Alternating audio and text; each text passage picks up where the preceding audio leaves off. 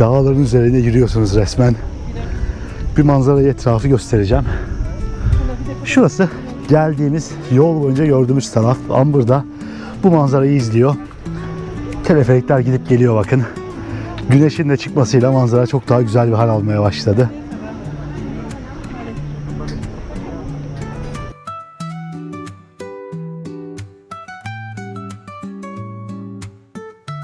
Her şeyde vergi yok. İthal ürünlerin neredeyse tamamı bu adada vergisiz. Malezya bir şeriat ülkesi olmasına rağmen bu adada alkolde vergi yok arkadaşlar. Şöyle bir levha gördüm. Burası gerçekten yasaklar ülkesi. Diyor ki maymun, kedi, köpek fark etmez. Herhangi bir sokak hayvanını beslersen cezası 2000 ringgitten yani 500 dolardan 2 yıl hapse kadar gidiyormuş. Bu şekilde levhaları her yere bırakmışlar. Sokak köpeğini bile besleyemezsiniz diyorlar kısaca bizim ülkemizde. Özellikle Çinliler, işte burada yaşayan Hintliler, diğer azınlıklar tatil için buraya geliyorlar ya da hafta sonu için buraya geliyorlar ve buradaki alkolün ucuzluğundan faydalanıp eğleniyorlar. Gerçekten çok ilginç. Kural tanımayan bir ada, tamamen yönetim biçimine ülkenin zıt olan bir ada.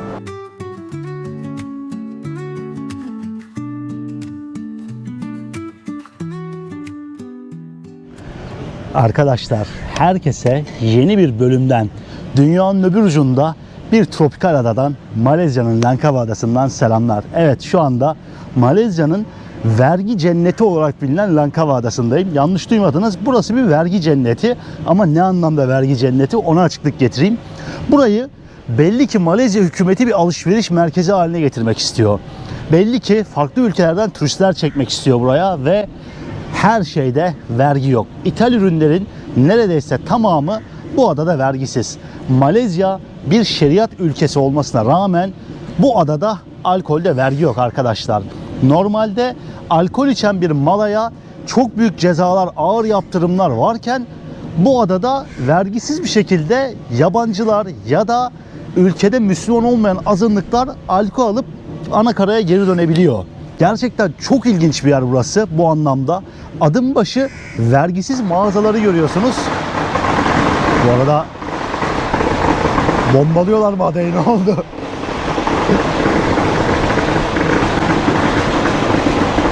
Gerçekten bir şeyler patlıyor arkadaşlar. Ne oluyor lan? Bir şeyler oldu ama anlayamadım. Gerçekten bir 25-30 saniye fark ettiyseniz patır patır bir sesler yükseldi. Bando mu geçiyor şimdi? Sesler geliyor arkadan.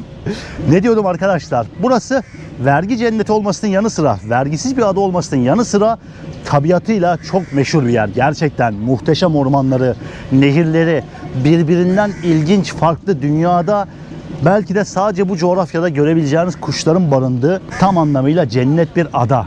Belki plajları o kadar böyle turkuaz şekilde değil, ne bileyim bir Fiji'de gördüğüm, Tayland'ın Phi Phi adalarında gördüğüm plajlar gibi değil ama buranın ormanlarını çok çok övüyorlar. Beraber gezeceğiz. Bugün bu vergisiz adanın altını üstüne getireceğiz arkadaşlar. Fazla da uzatmayayım. Palmiye ağaçlarının altında yeni bölümü başlatalım. Malezya'nın Langkawi Adası macerası başlasın bakalım.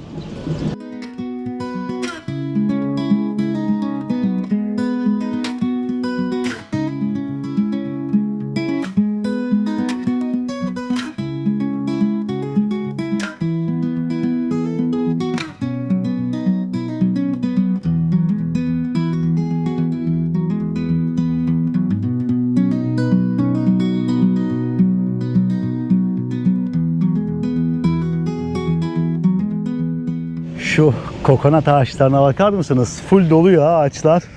Şöyle bir yerde ben başlattım videoyu. Arkadaşlar ben şu anda adanın Pantai Senang bölgesindeyim. Umarım doğru söylemişimdir. Burası da Pantai Senang plajı olarak geçiyor. Buranın en büyük plajı. Brezilya'daki plajlar gibi böyle uçsuz bucaksız uzanıyor kumsal resmen. Hatta şu tarafı da göstereyim bakın. Gündüzleri epey sakin oluyor ama akşam üzeri gün batımına doğru özellikle herkes burada toplanıyor. Bir etraf cıvıl cıvıl oluyor, güzel oluyor. Plajı bir göstereceğim. Bugün hava kapalı maalesef ki.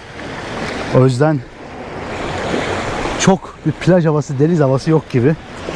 Yine de güzel duruyor tabi. Bir sürü ada var etrafımızda. Kafanızı çevirdiğiniz yerde ufak tefek adalar görüyorsunuz bu şekilde hep.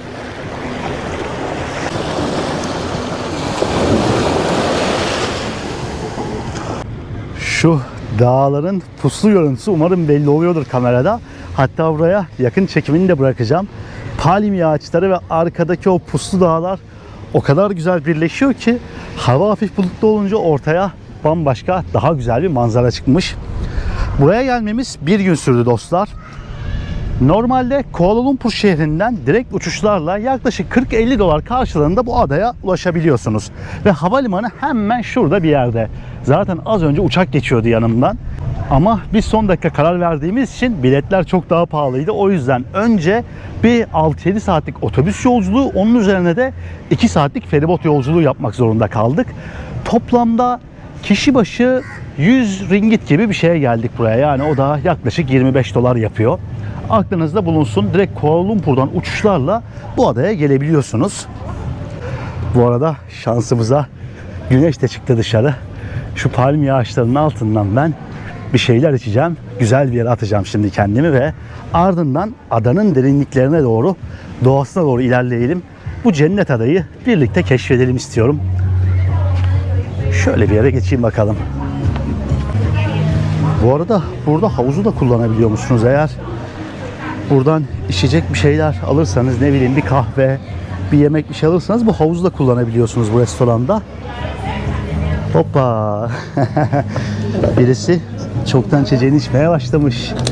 How are you today? I like your head. Evet, rolden çıkalım. Şu gözlükleri de çıkartayım, ben kamerayı göremiyorum gözlükten. Şöyle plajın kenarında bir yerdeyiz arkadaşlar. Bir kahve aldık.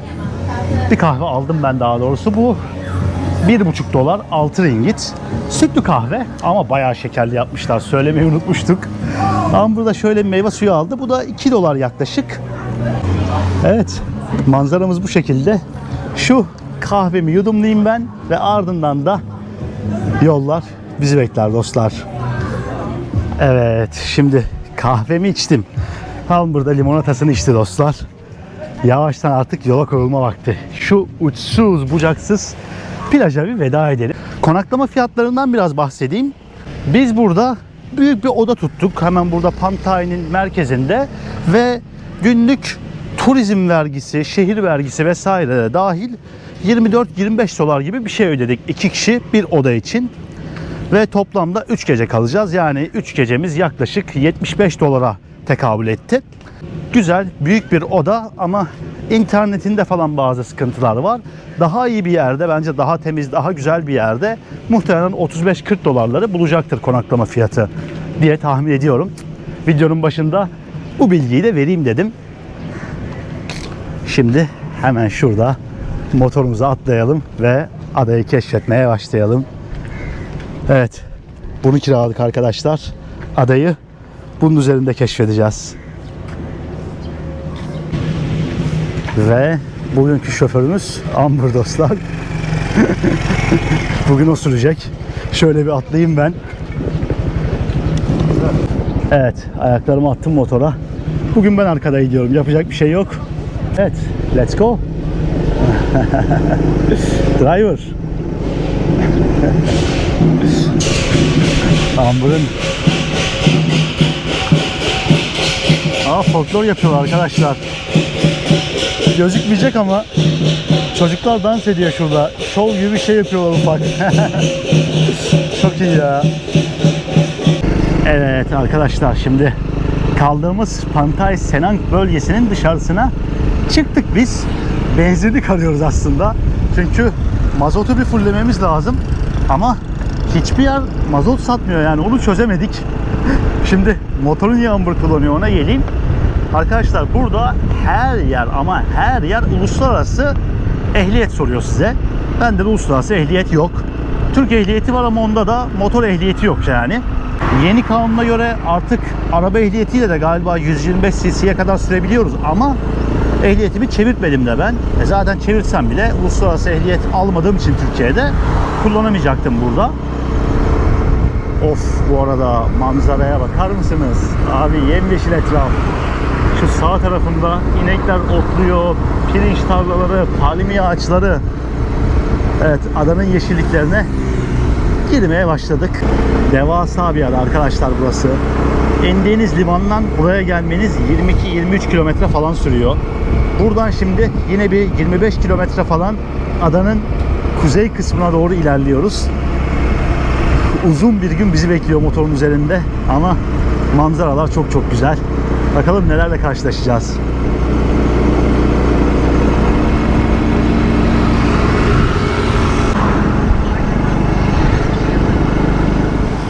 Ve arkadaşlar sonunda bir benzin istasyonu bulduk. Mura Oil diye bir yer. Burası self servismiş. Şöyle göstereceğim.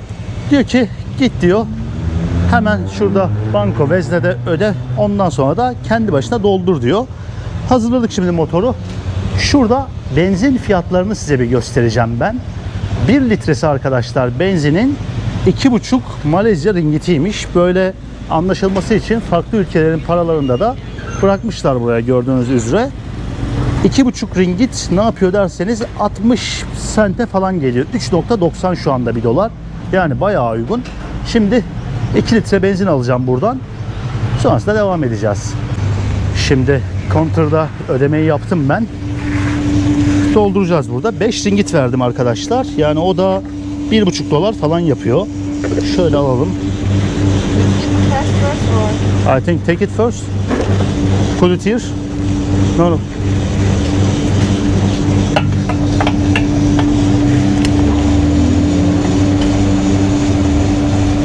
Şimdi şöyle dolduruyoruz. Evet, tamamen doldu. 1,5 litre aldı sadece. 3,84 ringgitmiş normalde. 2 litre almadı bile. 1,5 ringgit falan fazla vermiş olduk. 1,15 ringgit fazla vermiş olduk. Motoru bu kadar alıyormuş. Yapacak bir şey yok. Arkadaşlar çok ucuz litre fiyatı benzinin. Ve sonunda artık tam anlamıyla yolculuğumuz adanın derinliklerine doğru başladı dostlar. Bayağı bir zaman aldı. Benzinlik bul, benzinli doldur falan. Kendi başımıza doldurduk benzinimizi. Eksiğiyle fazlasıyla aldık gazolinimizi ve artık adayı keşfetme vakti tam anlamıyla. Bu şekilde sonunda yolculuğumuz başladı. 19 kilometre bulunduğumuz yoldan bir süre gitmemiz gerekiyor. Adayı epeyce bir göreceğiz bugün, anlaşılan o ki. Gidelim bakalım.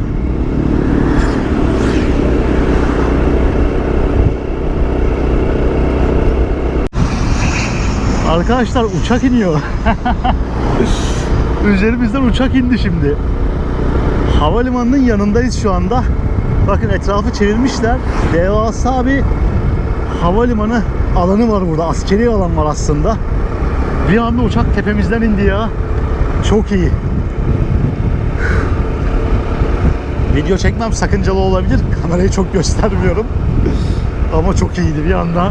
Tepemizden uçak inince bir tuhaf olduk, bir ürperdik sesi duyunca. Havalimanının etrafından dolanmamız gerekiyor yolu. Sonrasında sahil şeridini takip edeceğiz galiba. Şu devasa alan komple havalimanının arsası arkadaşlar. İleride uçakları çok küçük de olsa görebiliyorum. Büyük ihtimalle birazdan o uçakların yanından geçeceğiz. Bu arada sahil kenarından sürüşümüz başladı zannedersem. Şimdi manzarayı da bir göstereceğim. Bakar mısınız şuraya? Dağlarla birleşince deniz çok güzel bir hal alıyor ya.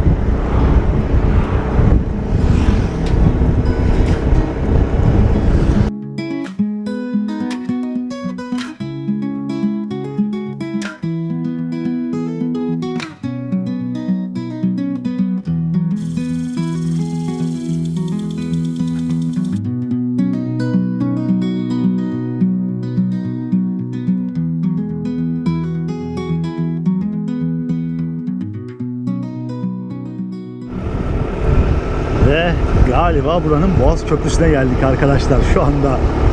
Enteresan bir köprünün üzerinden geçeceğiz.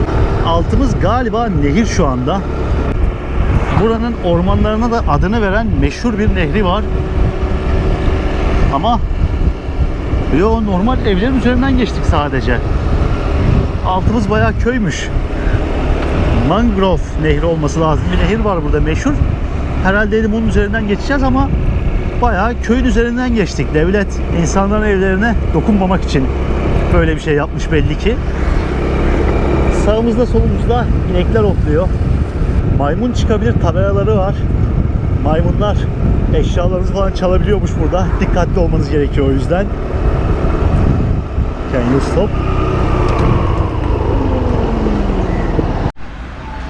Arkadaşlar şimdi ben kokonat satan birisini gördüm burada. Hemen durdum. Bir tane dedim alalım. Yolun kenarına bu şekilde bırakmışlar. Kokonatları, Hindistan cevizlerini. Hemen bir tane sipariş veriyorum. Burası da buzluk bu arada. Buzluğun içerisine koyuyorlar. Böyle satıyorlar. Bakın abinin baltası var. Bununla açacak hemen. Verecek şimdi. Arkada birisi de kokonatları parçalıyor galiba bakın.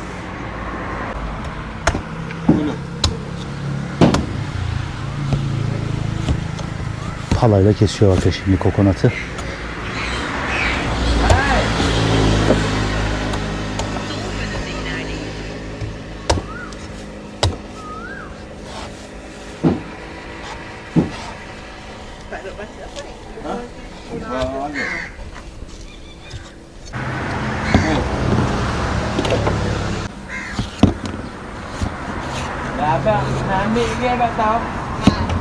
Baltayla vurdu. Ne kadar bereketliyse su fışkırmaya başladı kokonattan resmen. Evet.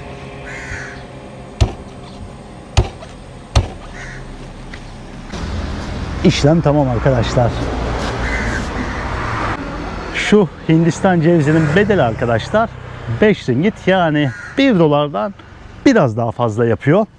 Parasını ayarlamaya çalışıyor abi. Kokonatımız hazır. Alıp gidelim. İngilizce, Türkçe karışıyor arkadaşlar. Yıllardır buna kokonat deyince yani ne diyeyim, yargılamayın beni. Evleri de arkada bakın hemen burada.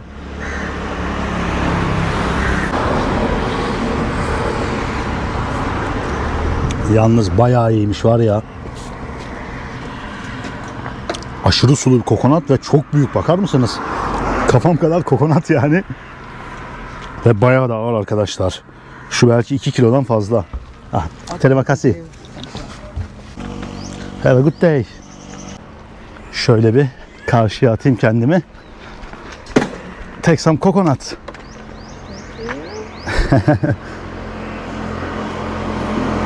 How is it? Şunu bir bitireceğim arkadaşlar çünkü 2 kilo geliyor belki. Kolumun nasıl kasıldığını görebilseniz keşke şunu tutarken. Şunu abiye geri vereyim ben. This one. Ah, okay. Okay. Okay. Terima kasih.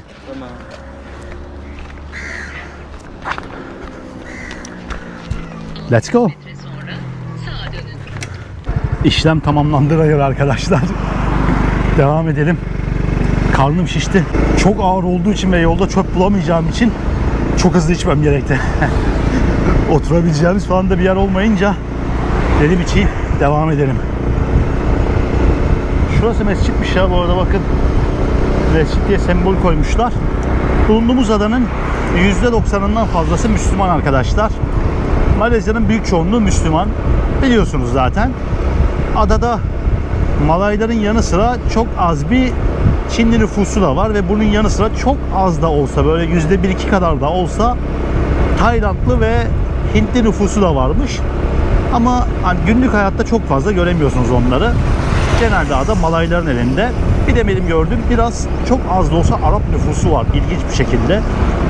100 bin nüfuslu bir ada burası. Langkawi Adası. Ancak ada çok büyük olduğundan bu 100 bin rakamı aslında çok küçük kalıyor. Ve adada büyük bir yerleşim yeri görmeniz pek de mümkün değil aslında. Bir tek ilk feribottan indiğiniz yerleşim yeri biraz nispeten büyük bir yerleşim yeri, ama onun haricinde aradaki yerleşim yerleri genelde ufak yerler.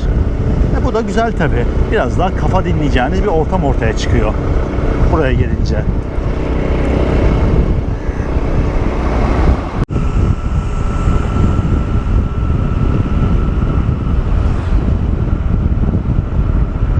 Allah'ım şükürler olsun ya. Şu yolların güzelliğine bakar mısınız?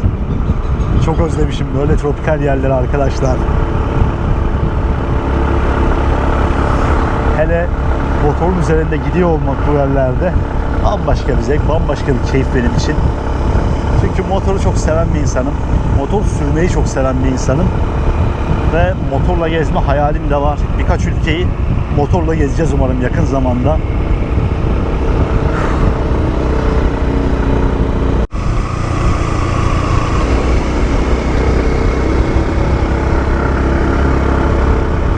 Büyük ihtimalle motorun gürültüsünden duyamıyorsunuz şu anda, ama kuş cıvıltıları geliyor ormanın içerisinden ve çok yoğun kuş cıvıltıları bunlar arkadaşlar.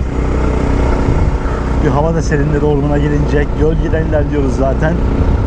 Adanın özellikle bu kısmı çok güzelmiş. Yolların güzel olduğunu duyuyordum. Ama tabii kendiniz bunu deneyimleyince ayrı bir keyifli oluyor. Başkasından duyduğunuz gibi olmuyor gidip görünce.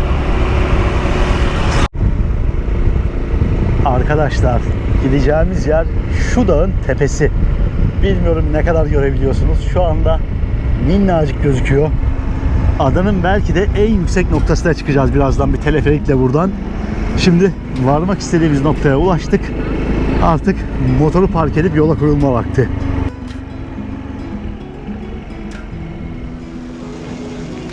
Şöyle çok güzel bir alana geldik arkadaşlar şimdi. İnanılmaz süslemişler ya burayı. Tamamen ormanın ortasında, dağların arasında ufak alışveriş merkezi gibi tesis kurmuşlar buraya.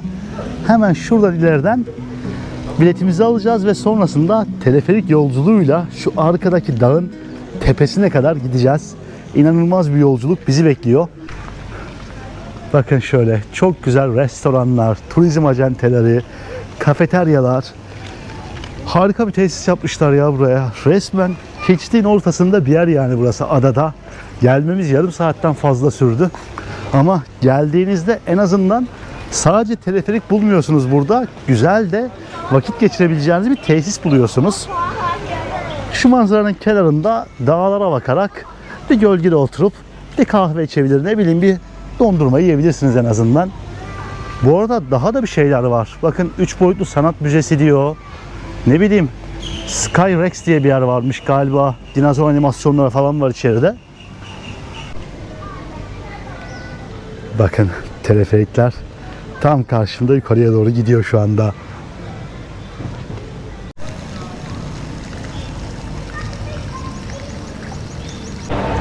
Ve arkadaşlar kişi başı 23 dolar karşılığında biraz pahalı bir fiyata aldık biletlerimizi. Let's go. Şunları veriyoruz şimdi.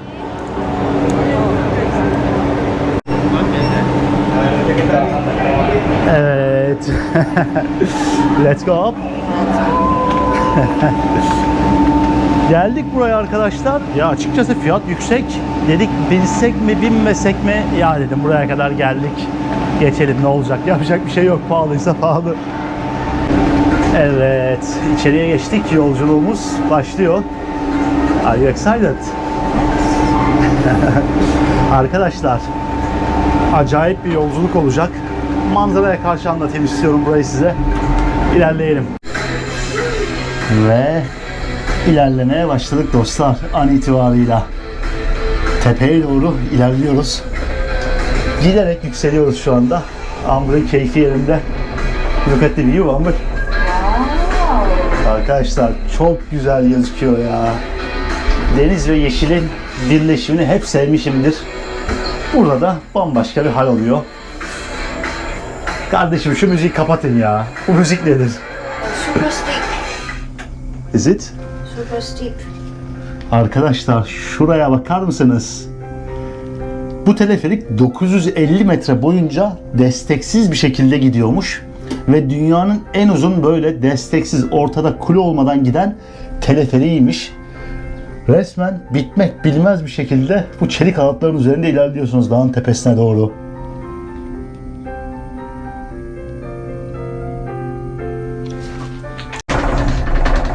Şu an var ya inanılmaz sallanıyor arkadaşlar. Çok korkunç. Altımız bomboş şu anda. Ormanlarla kaplı. Bakın o 950 metre desteksiz olan alana geldik şu anda. Yaklaşık 1 kilometre tamamen bu çelik halatlarda boşluğun üzerinde ilerliyorsunuz resmen. Ve teleferiğin tek tarafı tutuyor bakın. Sadece tek bir tarafı, çok ince bir mekanizma tutuyor sizi yukarıda. Şu an tüm adayı tepeden izliyoruz resmen. Şu görüntüye bakar mısınız? Tüm Langkawi Adası ayaklarımızın altında.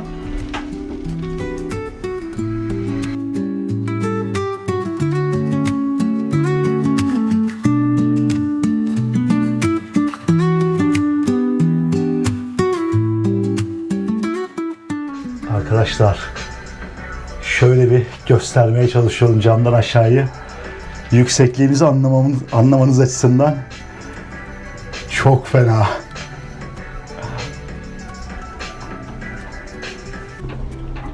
Neredeyse dağın tepesine vardık şimdi. Amber da video çekiyor.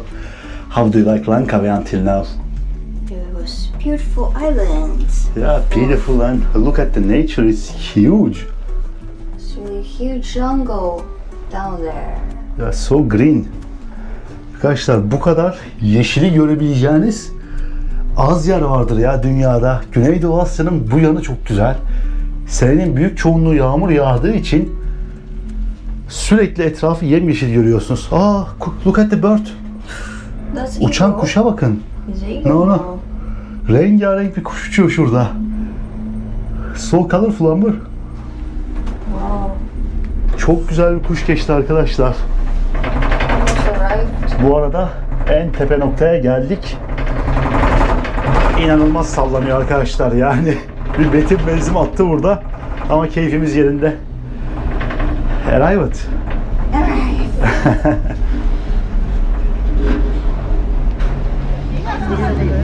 Ve arkadaşlar şu manzaranın güzelliğine bakın şimdi.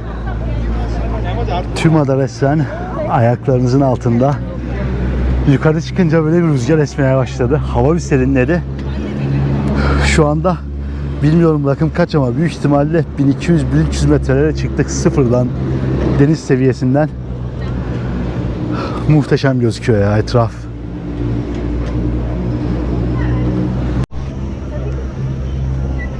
Burada komple 360 derece neredeyse şu manzarayı görebiliyorsunuz. 240 daha doğrusu 360 denmez çünkü tam dönmüyor ama görüntü olay ya.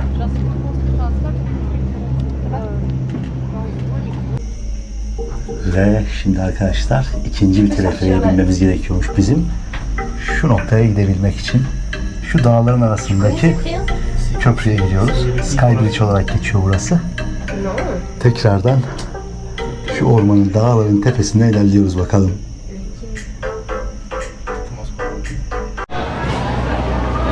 Arkadaşlar şu manzaraya bakın şimdi. Çok iyi ya.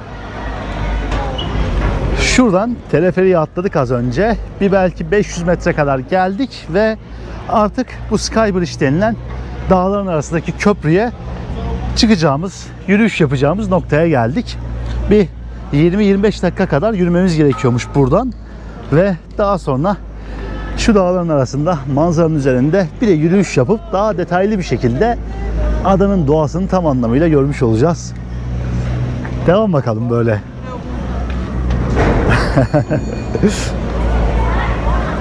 Biz şu anda ormanın içerisinden yürüyoruz. Burada geldi yanıma. Bizim aldığımız bilet bu şekildeydi. Bir de finiküler trenle yukarı çıkabiliyordunuz. Köprüye kadar götürüyor sizi. Tabii biz kısa bir yürüyüş olduğu için yürüyelim dedik. Şöyle bir levha gördüm. Burası gerçekten yasaklar ülkesi. Diyor ki maymun, kedi, köpek fark etmez. Herhangi bir sokak hayvanını beslersen cezası 2000 ringgitten Yani 500 dolardan 2 yıl hapise kadar gidiyormuş. Bu şekilde levhaları her yere bırakmışlar. Sokak köpeğini bile besleyemezsiniz diyorlar kısaca bizim ülkemizde. Gerçekten ilginç. Sokak köpeğine dair ilk defa böyle bir şey gördüm. Bu ormanın içerisinden biz şimdi yürümeye devam edeceğiz derinliklere doğru. Bakın bu şekilde yılan çıkabilir levhaları da bırakmışlar. Acaba yılanı beslemenin de cezası var mı merak ediyorum şimdi. Ve geldik arkadaşlar. Hemen şurası. O bahsetmiş olduğum köprü size. Dağların üzerinde yürüyorsunuz resmen. Bir manzarayı etrafı göstereceğim. Şurası geldiğimiz yol boyunca gördüğümüz taraf. Amber'da bu manzarayı izliyor. Teleferikler gidip geliyor bakın. Güneşin de çıkmasıyla manzara çok daha güzel bir hal almaya başladı. Güneş çıkınca ne olursa olsun ayrı bir keyifli oluyor arkadaşlar.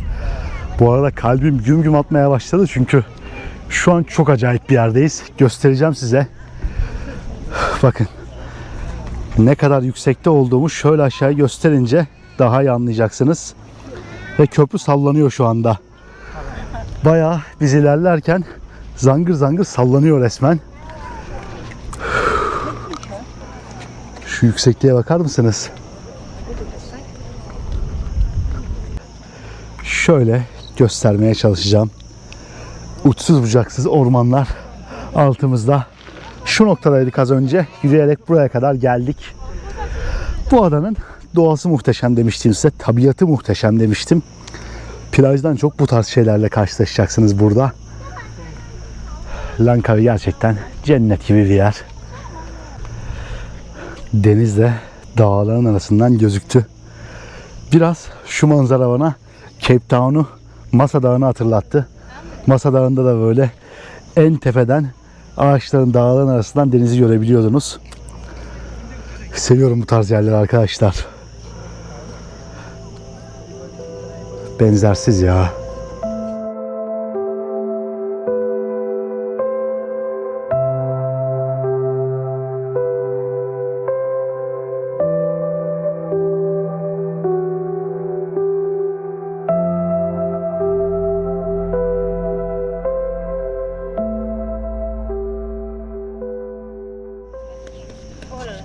Arkadaşlar hava o kadar puslu ki şu anda deniz sanki bembeyaz böyle. Bembeyaz bir şey görüyor gibiyim şuraya doğru baktığımda. Grimsi bir beyaz var resmen. Puslu havalarda da farklı bir manzarayla karşılaşıyorsunuz.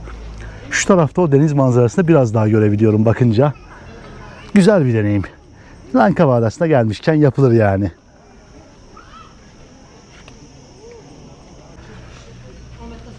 Ve son noktaya kadar ulaştık arkadaşlar. Manzarayı artık anlatmaya gerek yok bence. Tam anlamıyla doğanın içindeyiz şu an.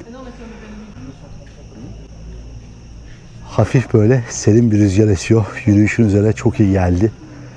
Ufak ufak böyle umarım kuş cıvıltıları duyuluyordur arka planda. Çok az da olsa ormanın içerisinden kuş cıvıltıları geliyor. Hava da düzeldi. Bir güneş çıktı şansımıza. Şimdi artık buradan tekrardan aşağı doğru ineceğiz ve başladığımız noktaya kendimizi atacağız. Adayı keşfetmeye kaldığımız yerden devam edeceğiz. Arkadaşlar şu köprünün destek ayaklarından yüksekliğini anlayabilirsiniz buranın. En son Zambiya ile Zimbabwe arasında böyle bir yerde yürümüştük. 120 metre yüksekliğinde falan bir köprüydü ama o çok daha korkutucuydu yani buraya göre. Burası da dünyanın öbür ucunda farklı bir deneyim oldu bizim için. Şu fotoğraf çekilme yarışının içerisinden kaçalım bakalım buradan. Arkadaşlar size şimdi bir şey göstereceğim. Ambra kamerayı veriyorum. Can you record me? Ayaklarım çıplak ama buna takılmayın çünkü kural buymuş. Ayakkabıyla basmayın, terlikle basmayın diye yazmışlar. Can you show the ground? Arkadaşlar şu anda bilmem kaç yüz metrede tamamen bir camın üzerindeyim. Bütün hayatım resmen şu cama emanet. Ama sağlamdır diye düşünüyorum. Herhalde bir şey olmaz. Durdum bile öyle. Biraz geri gideyim ben. Çıkayım şuradan. Böyle bir şey yapmışlar tepeye. Bunu Tokyo'da ben Skytree binasında da görmüştüm. Hafif bir kalbim çarpmadı değil ama güzeldi. güvenilirdir herhalde, bir şey olmaz diye düşünüyorum. Şöyle kaçalım bakalım artık buradan.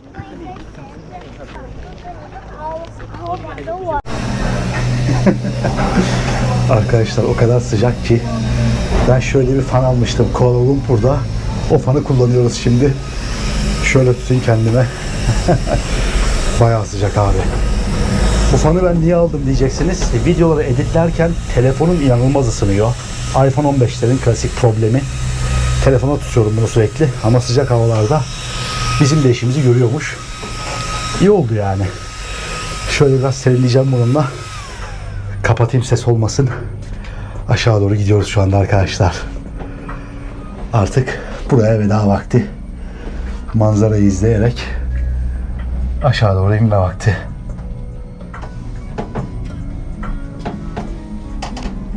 Let's get down. What do you want to eat? Let's see. I don't know what to eat. Shawarma. Ama burada döner yiyelim diyor bakın. Aşağı inmesi buradan çok kötüymüş. O kadar dik ki şu anda. Şuradan inerken çok kötüymüş ya. Çok fenaydı. Herkes bir şok oldu içeride.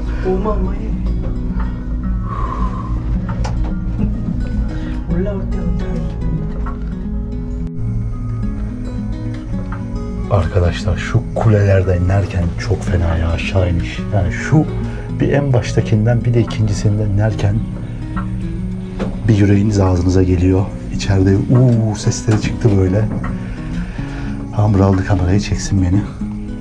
İnanılmaz terledik. Buradan sonra anca bizi plaj paklar. Hızlı bir şekilde kendimizi plaja atalım. Bir serinleyelim, yüzelim biraz istiyoruz. Hava çok fena şu an.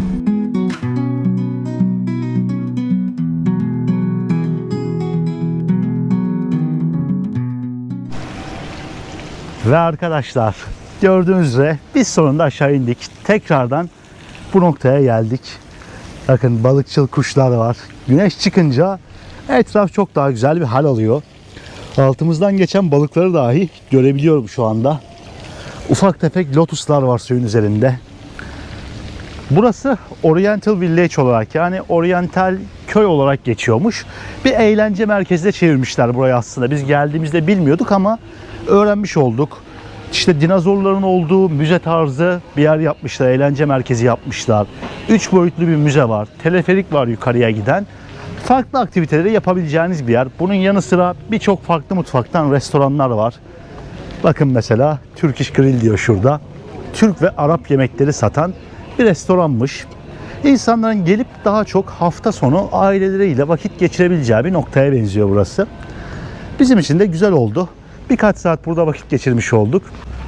Bakın bu arada Bangkok'tan bir tabelayı koymuşlar buraya. Tayca yazıyor üzerinde ve Tayland tarzı bir oturma yeri yapmışlar. Farklı ülkelerin kültürlerini de ufak ufak burada yansıtmaya çalışmışlar. Ortaya da güzel bir şey çıkmış. Langkawi daha çok tatil için gelinecek bir ada. Ne bileyim, Tayland'da gittiğiniz adalar biraz daha böyle salaş oluyor. Gezginlere hitap ediyor. Daha düşük bütçeli insanlara hitap ediyor. Burası ise daha çok ailelerin tatil için geleceği, arabasını kiralayıp gezeceği bir ada gerçekten.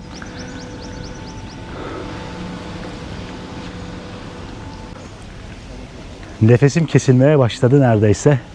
Gerçi manzara da nefes kesici. Ama benimkisi sıcaktan ve nemden arkadaşlar. Bir an önce motora atmak kendimi ve giderken o motorun rüzgarıyla serinlemek, sonrasında da adanın serin sularına bırakmak istiyorum. Normalde şelaleye gidecektik ama ilk olarak dedik bir plaja atalım kendimizi, bir denize girelim, serinleyelim, sonra gideceğimiz yerlere gideriz. Bakın, Müslüman Çinlilerin lokantasıymış burası da. Malezya'da bu tarz şeyleri fazlasıyla bulabiliyorsunuz.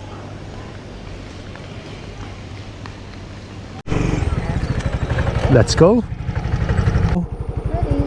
Let's go to beach. Evet. Şoförüm götürsün beni.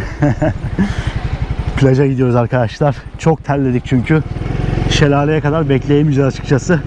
Direkt plaja atalım kendimizi. Bir serinleyelim, kendimize gelelim. Hava aşırı sıcak. Bu sıcaktan anca bizi plaj paklar.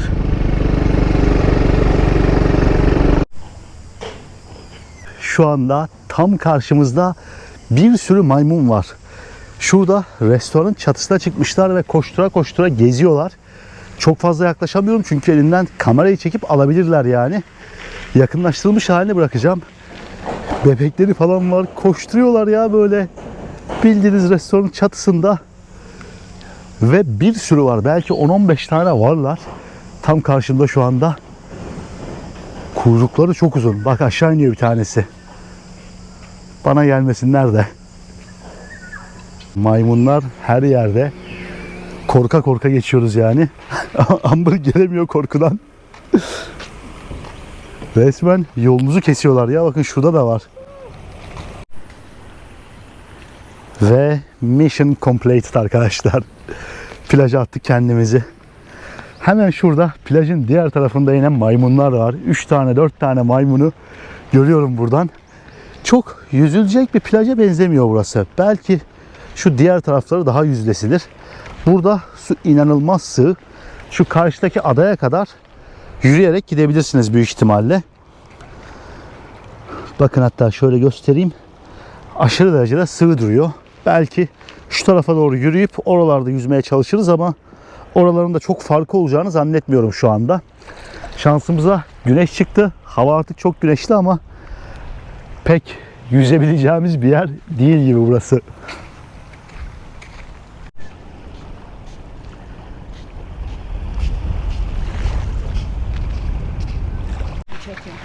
Do you feel scared about monkeys?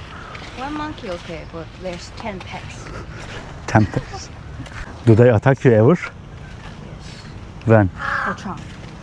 In Thailand? Yes. I never forget. Almost take my thing, and the local stopped for me. And with a stick, like. Hitting the monkeys?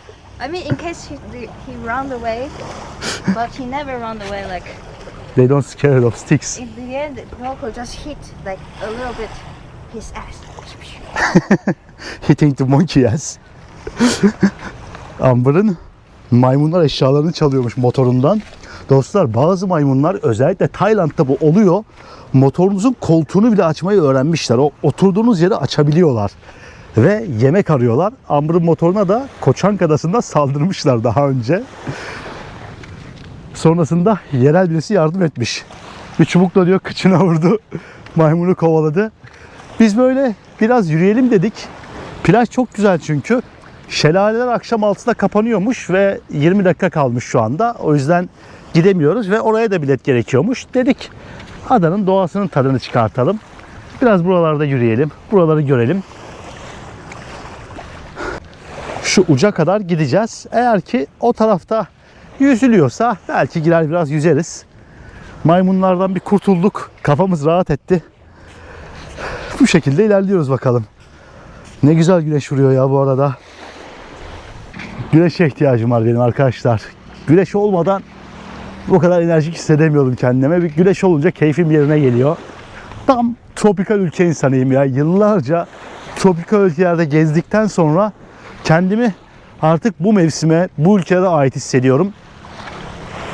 Şu tarz bir yerde olmayı gerçekten özlemişim. Çok kolay bir şekilde bir anda kendinizi doğanın içerisinde bulabiliyorsunuz bu ülkelerde. Bu fazlasıyla hoşuma gidiyor. Bakın. Ağacın dışı bile deniz kabuklarıyla kaplanmış artık. Ne kadar zamandır buradaysa bu ağaç bu şekilde. Bayağı deniz kabuklarıyla kaplanmış resmen.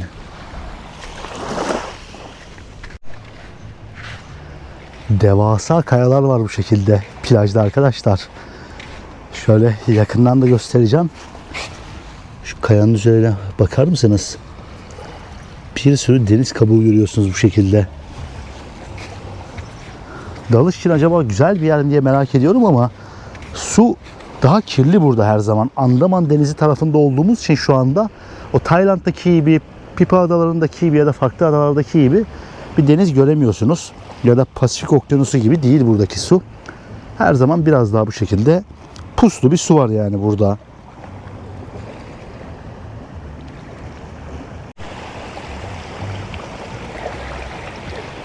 Şu anda yürüyerek plajın sonuna kadar geldik. Galiba burada gelebileceğimiz alanın sonundayız.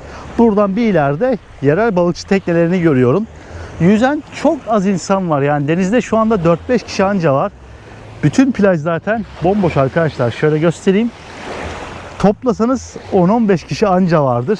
Çünkü uzak burası. Adanın merkezinden 40-50 kilometre şu an olduğumuz yer. Bizim ilk geldiğimiz bölgeden 22-23 kilometre. O yüzden sanki özel bir plajda gibiyiz. Plajların tamamına giriş ücretsiz burada. Deniz kenarında çok uyguna yemek yiyebiliyorsunuz. Tabi restoran bir şey bulabilirseniz. Doğanın tadını çıkartmaya çalışıyoruz. Yüzebilirsek belki biraz girip yüzeriz. Bu arada 2 tane ada var karşımızda ve katamaranlar adalara yanaşmışlar. Bilmiyorum artık bunlar özel adalar mı yoksa herkes gidebiliyor mu? Çok da önemli değil ama yüzerek dahi gidebileceğiniz bir mesafede bulunuyor bu adalar resmen. Arkadaşlar şu anda cennetteyiz. Gerçekten hayatımda gördüğüm en güzel kahveci olabilir burası. Kafe olabilir. Şu manzarasına bakın kafeteryanın. Direkt plajın karşısında. Buraya bir food court yapmışlar. Food trucklar var ufaktan.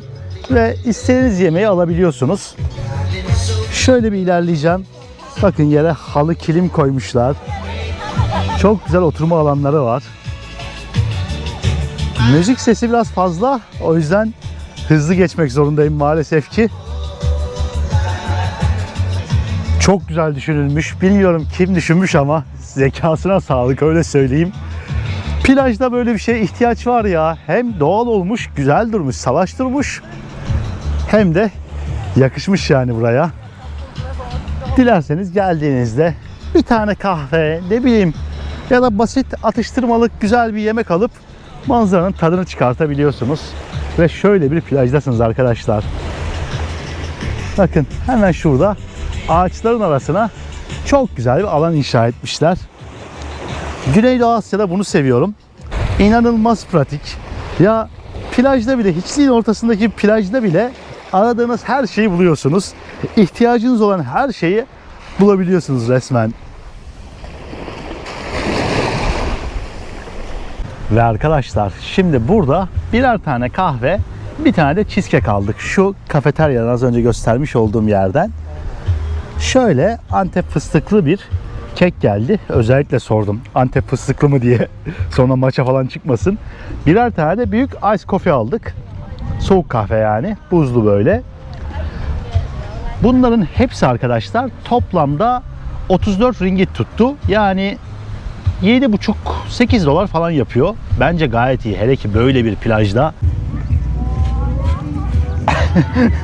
Come little bit, come. Arkadaşlar. Arkadaşlar. Herkese. Herkese benden. That one too difficult. That one yok. Yok, that one yok. Ambra Türkçesi bu kadar. Turkish end. That's all of your Turkish. That's all. Your Turkish level. Güzel bir ışığı arkamıza aldık şimdi. Şöyle az önce göstermiş oldum. Bak. Why you show your chest like this? It's okay. We are on the beach suppose.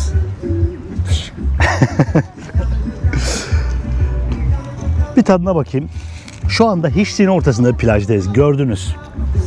Az önce bahsettiğimde 24-25 kilometre mesafede bir yerde kalıyoruz buraya. Ve çok az insanın olduğu bir yer, çok az işletme var. Oldukça sakin bir nokta ve burada bile şunları 7-8 dolara alabiliyorsunuz. Ama maalesef ki bazı ülkelerde şehir merkezinde alamıyorsunuz şu fiyata bunları. Bayağı yoğun bir tadı var bunun. Yani çok tatlı değil ama çok yoğun bir tat var böyle. Antep fıstığı tadı o kadar da gelmedi. I feel like the middle is cheese. Kısacası Malezya'nın Langkawi adasında ucuza gerçekten güzel bir hayat yaşayabilirsiniz. Güzel bir tatil yapabilirsiniz daha doğrusu. Ne çok pahalı ne çok ucuz bir yer burası Langkawi adası. Gelmeye değer mi? Bence Malezya'ya yolunuz düştüyse bir gelin görün derim.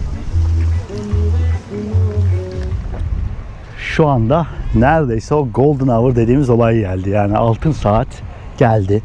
Neredeyse gün batımı geldi. Dedik belki bir yüzeriz. Suyun haline bakın arkadaşlar. Çamur tamamen. Gel git olayı yaşanıyormuş. Şurada suyun ortasında resmen kumsal ortaya çıktı ve adaya kadar köprü gibi şu kumların üzerinden gidebiliyorsunuz ama şu bastığım yer bile balçık gibi şu anda. Yani terliğim kaldı. Üzerime çamur sıçradı. Bak adımımı attığım anda üzerime çamur sıçrıyor ayağımdan. Kamera çamur olmuş şu anda. Maalesef adanın bu kesiminde gel git olayı tam gün batımına denk geliyormuş. Ve su inanılmaz sığ. Zaten sığ gözüküyordu. Şu anda komple çamur olmuş durumda buralar. Maalesef yüzülecek gibi değil. Başladığımız noktaya geri dönmek istiyoruz şu anda hızlı bir şekilde. Umarım orada gün batımını yakalayabiliriz ve gün batımını da gösteririm size.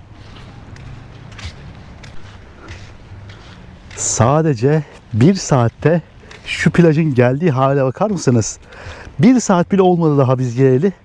Gel git olayı bazen çok hızlı yaşanabiliyor bu ülkelerde. Gittiğim birçok yerde bunun örneklerini görmüştüm ama burası çok hızlandırılmış bir örneği oldu resmen. Okyanus 500 metre ileriye gitmiş durumda şu anda. Şuralarla falan tamamen birleştik resmen yürüyerek. Suyun ortasındaki adalara gidebiliyorsunuz. Tropikal adalar sürekli sürprizlerle dolu bir coğrafyada. Adanın tam tersi tarafına gitsek şu anda, güneyine gitsek büyük ihtimalle orada da suyun derinleşmeye başladığı vakittir. Tam yüzülecek zaman gelmiştir. Yanlış yerde olmuşuz. Yanlış zamanda oraya gelmişiz ama yine de çok güzeldi. Artık motorumuza atlayacağımız noktaya ulaştık sayılır. Geri dönüş vakti geldi.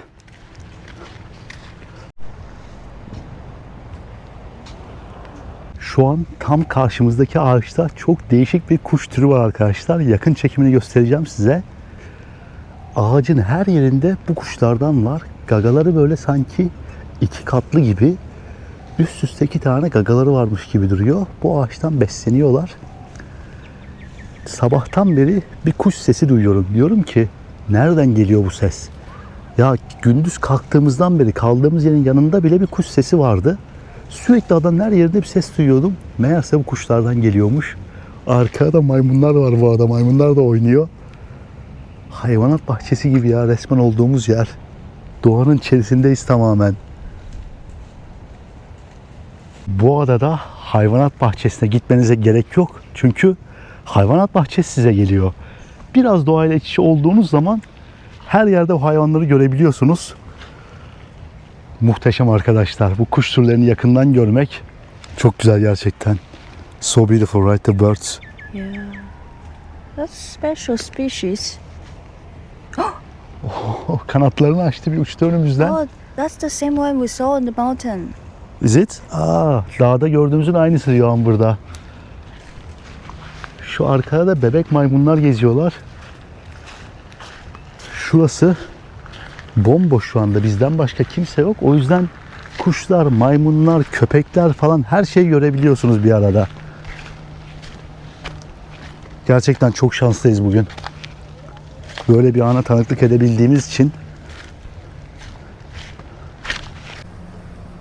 Tam karşımızda bir maymun şu anda çöpleri açıyor ve çöplerden yiyecek arıyor. Kocaman çöp torbasını bile çekti az önce önüne ve direkt elleriyle açtı onu. Bakın nasıl yemek arıyor, nasıl arıyor. İçerideki çöpleri teker teker dışarı atıyor ve ambalajlarını falan kontrol ediyor. Çok ilginç hayvanlar, gerçekten çok zekiler. İnsanlar üzerini kapatmış, gizlemiş o çöpleri ama orada onu buldu artık o ve bir şey bulana kadar vazgeçmeyecek belli ki. Acayip ya. Bu tarz yerlerde maymunlara karşı çok dikkatli olmanız gerekiyor.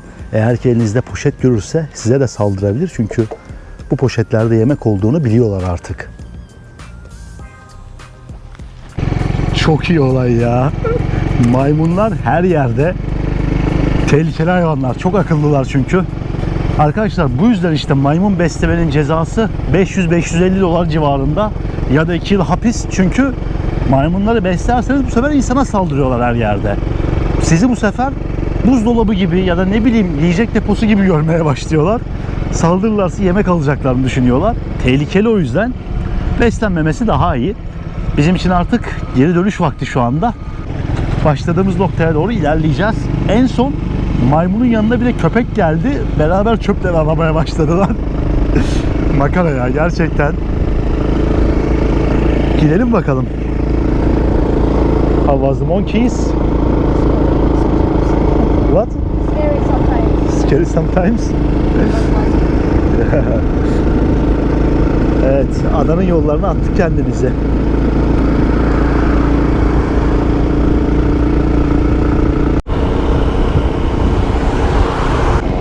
Maymunlara bakın bu arada, tam yolu göstereyim diyordum. Kenarımızda oturmuşlar böyle resmen. Nasıl bakıyorlar bana çekerken. Amber bir anda durdu, ben de diyorum niye durdu? Maymunlar her yerde, bakın zaten çıkabilir tabelası koymuşlar. Yan tarafımız direkt orman arkadaşlar. Uçsuz bucaksız donuyor bu ormanın adanın her tarafında.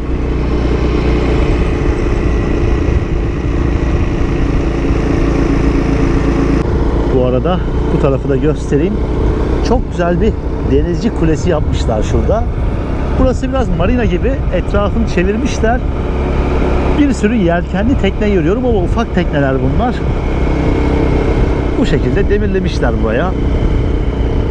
Tatil için gelen insanlar. Yine maymunlar. Amber bugün maymun dedektörü gibi sürekli söylüyor bana. Şunlara bakın. Çok ciddi bir maymun nüfusu var ya. Hava serinleyince çıkmaya başladılar bunlar da belli ki.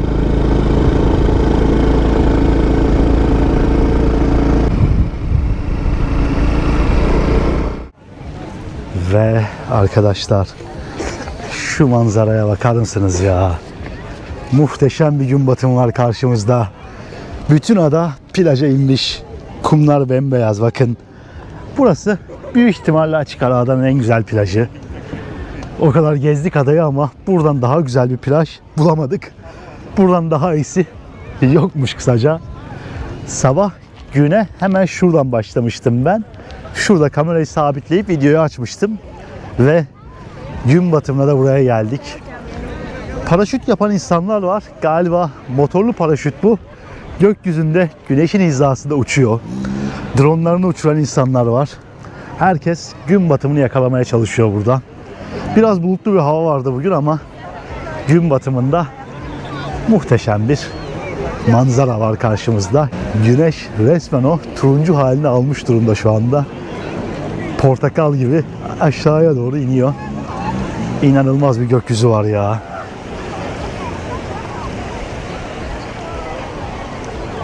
Bakar mısınız? Etraf resmen şenlenmiş. Çok iyi. Amazing sunset.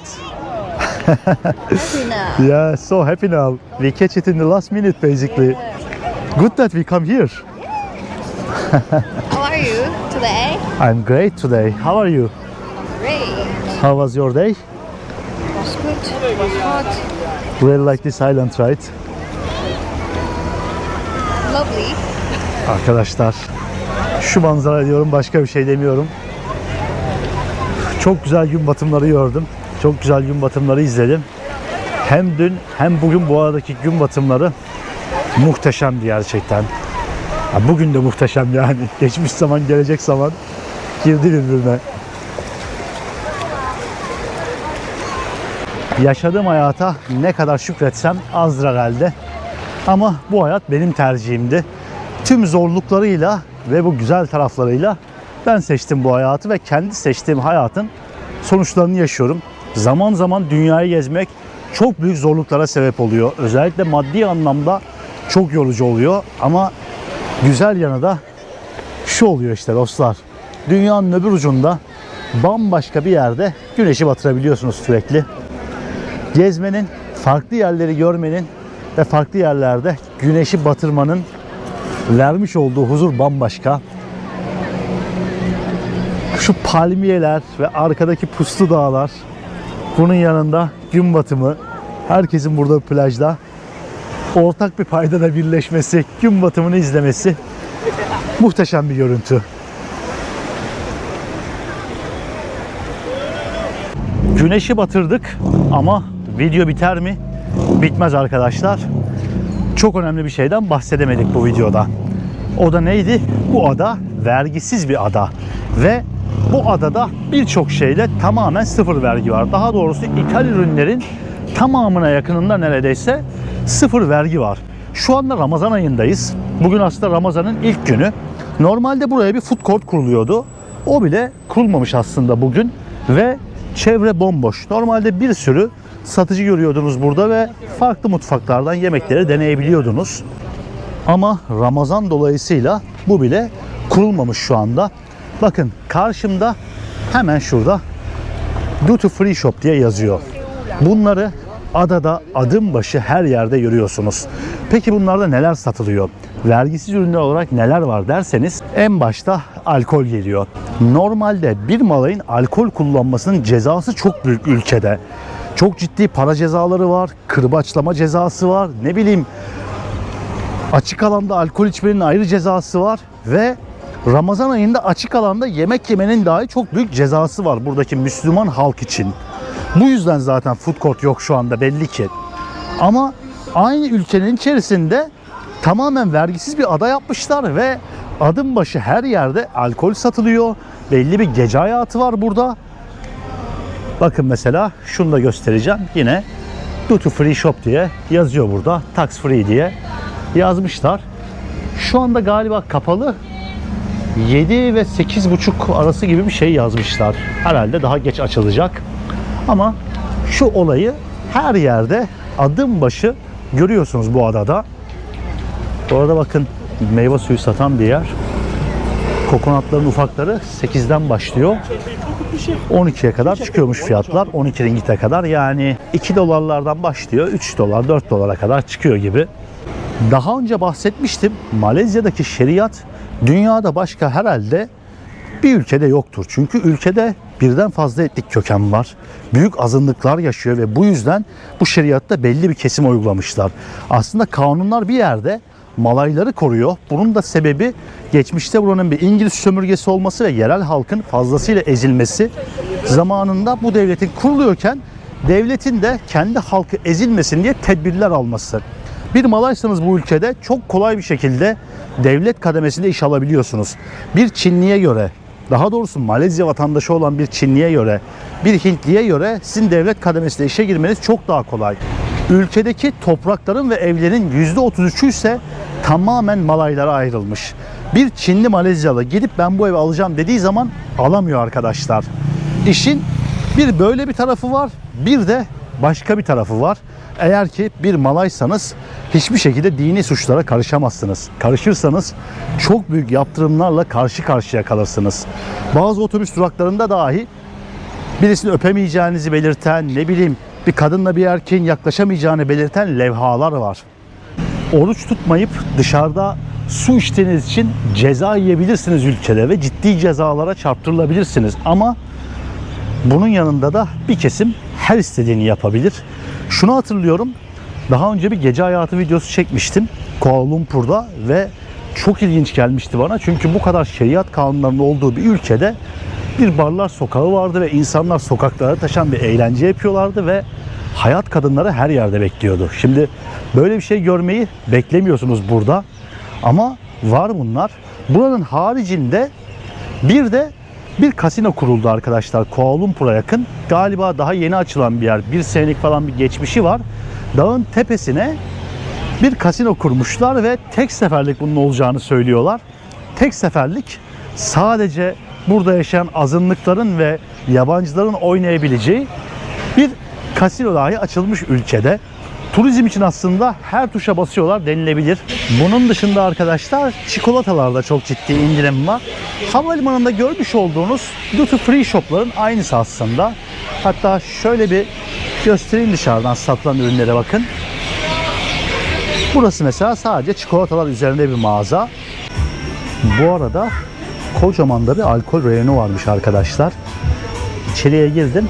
Çok böyle çaktırmadan, dikkat çekmeden çekmeye çalışıyorum. Bunların tamamı işte sıfır vergi. Alkolde vergi yok. Ama Malaysanız alamıyorsunuz. Bakın çikolatalar helal değilse helal değil diye yazıyor çikolatada. Mesela buna yazmışlar bakın. Mesela burada da yazıyor. Bu marka helal değilmiş belirtiyorlar.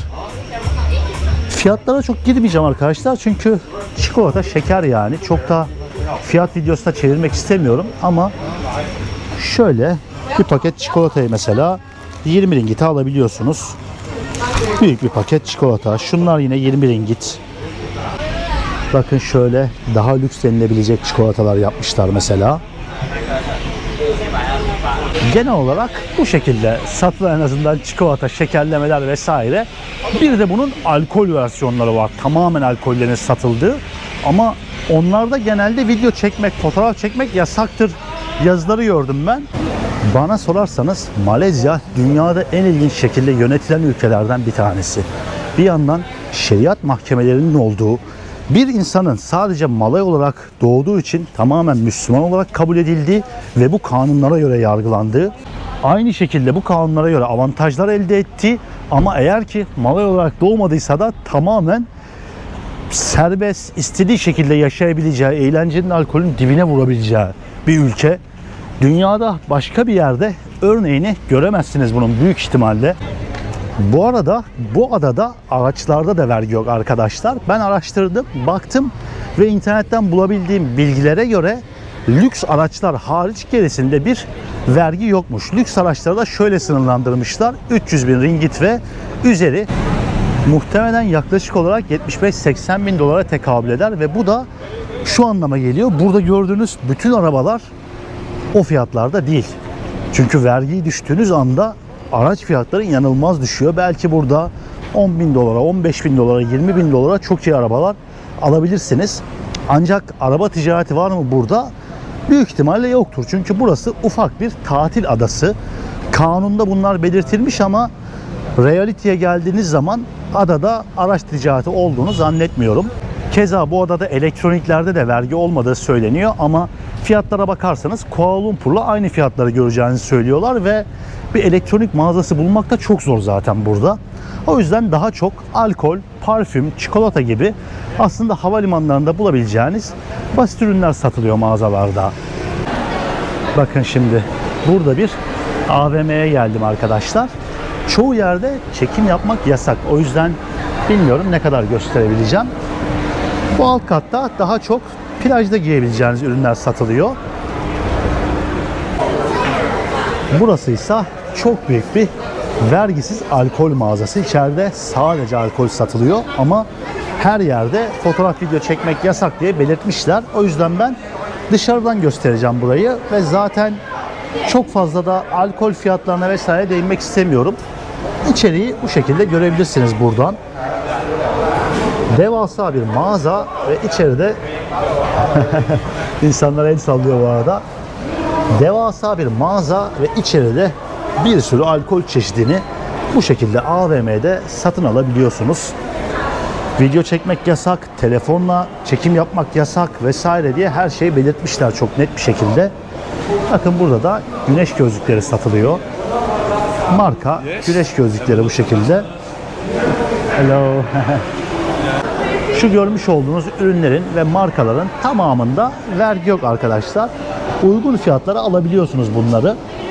Tabii ne kadar uygundur bu markalar o kısım tartışılır ama en azından vergisiz bir şekilde bu ürünleri de bulabiliyormuşsunuz. Bakın hemen burası da sadece şarap satan bir dükkan. Alkolü geçtim artık spesifik ne diyeyim alkol çeşitlerine geldik. Tamamen vergisiz bir şarap mağazası ve oldukça büyük bir mağaza yine. Şöyle göstereyim bakın. Bu arada içeri girip çekim yapayım dedim şurada çünkü yasaktır levhası falan yoktu ama kapalıymış burası da. Ramazan dolayısıyla alkol satan yerler bile kapalı. Demek ki alkol satan yerdeki çalışanlar da oruç tutuyorlar. Ya da bilmiyorum belki de bundan mı faydalanıyorlar diyeyim, çalışmıyorlar mı diyeyim bilemedim. Evet, şu manzaralarla birçok yerde karşılaşabilirsiniz arkadaşlar. Bu şekilde bir şeriat ülkesinde vergisiz alkol satıldığını da gördük birlikte. Bu şekilde birçok mağaza var burada. Ufak bir alışveriş merkezi ama farklı ürünleri bulabileceğiniz bir nokta dostlar. Sadece alkolde şöyle bir sınırlama getirmişler. 48 saat en az bu adada kalmanız gerekiyor ve giderken de yanınızda 1 litre alabiliyorsunuz sadece. İnsanlar bu vergi sistemden faydalanıp fazlasıyla buradan alkol götürmesinler diye 1 litre sınırı koymuşlar. Genelde bu ülkeler arasında olur. Siz ülke değiştirirken olur. Çünkü duty free dediğiniz vergisiz mağazalar havalimanlarında uluslararası yerlerde bulunur. Ama bir adayı komple vergisiz yapınca Malezya devleti haliyle böyle kısıtlamalar koymak zorunda kalmışlar. Ve yanınızda sadece 1 litreyle çıkabiliyorsunuz bu adadan. Böyle arkadaşlar, Malezya'nın vergi cenneti adası, verginin bulunmadığı, daha keşfedilmediği adası böyle bir yerde. Alkolden tutun elektroniğe, araçlara, güneş gözlüklerine kadar her şeyin vergisiz olduğu bir tatil cenneti aslında burası. Bir yandan da kaçamak adası denilebilir buraya. Çünkü normalde Malezya'da özellikle alkolde çok yüksek vergiler var. Normalde buradakinin 3 katı, 4 katı fiyatına alkol satın alıyorsunuz belki de Kuala Lumpur'da veya herhangi bir şehirde.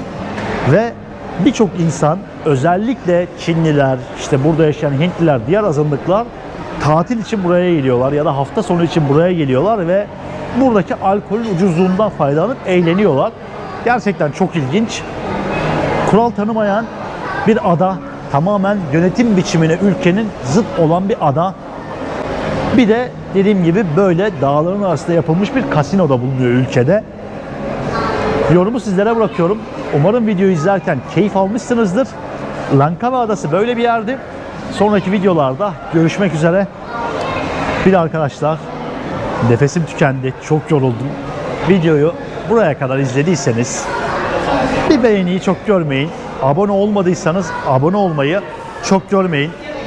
Bakın daha geçen bir yorum gördüm. Birisi şey yazmış. Çok uzun zamandır sizin videonuzu görmüyordum. Kanalın adını unutmuştum. Ve daha yeni ana sayfama düştü kanal. Hemen abone oldum.